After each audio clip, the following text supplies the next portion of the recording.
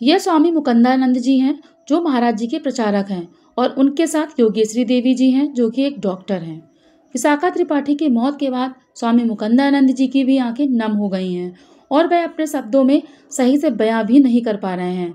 और वह कह रहे हैं कि श्री महाराज जी ने सब भक्तों के हृदय में जो भक्ति भाव दिया, जो समर्पण की सीख दी, तो उसके बल पर और तीनों दीदियों के मार्गदर्शन से संस्था सुचारू रूप से चलती आई है और हमें पूरा विश्वास है कि आगे इसी प्रकार से चलती आएंगी।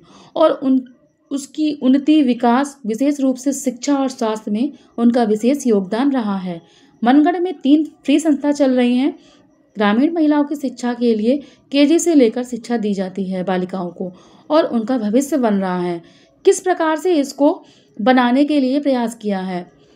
श्री मुकुंदानंद जी कह रहे हैं कि उनसे हम निष्काम भाव से सेवा सीखते थे और श्री महाराज जी के गोलोकवास के पश्चात उनकी ज्येष्ठ पुत्री, उनकी मंजरी पुत्री और छोटी पुत्री तीनों बेटियों ने कार्यभार संभाला एवं श्री महाराज जी के बृहद आंदोलन को व्यवस्थित सुचारू रूप से संभाला ही नहीं वरन उसका आगे विकास किया।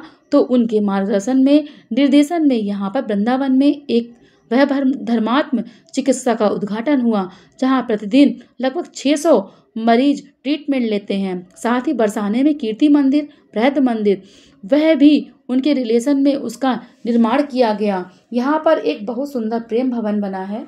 यह सब कार्य श्री महाराज जी के लीला सम्मेलन के पश्चात संपन्न हुए हैं। मनगढ़ में भी श्री गुरुधाम भक्ति मंदिर बहुत बड़ा एक प्रोजेक्ट का निर्माण हुआ और यह जो पूरा कैंपस है इसका विकास श्री महाराज जी की लीला स्मरण के पश्चात हुआ।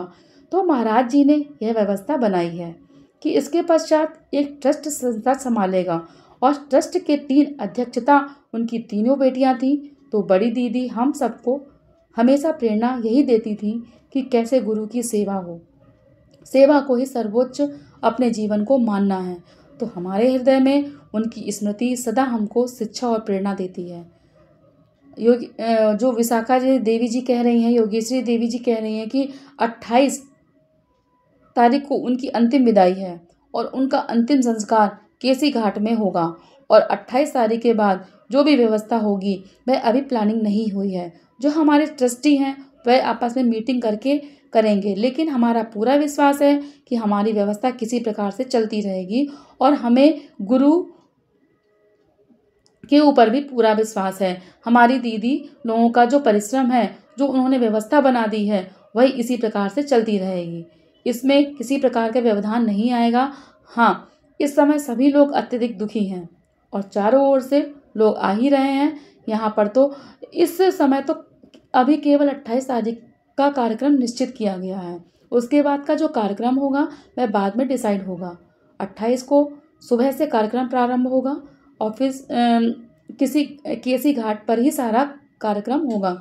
जो अग्नि संस्कार की व्यवस्था है वही होगा और भगवान नाम की हमारी यही प्रार्थना रही है कि भगवान नाम निरंतर अभी भी चल रहा है, तभी भी भगवान नाम के मध्य और जो भी यहाँ की व्यवस्था है ब्रज के अनुसार, उसके अनुसार ही वह सब कार्यक्रम होगा। उनका पार्थिव शरीर मंदिर परिषद में रखा गया है।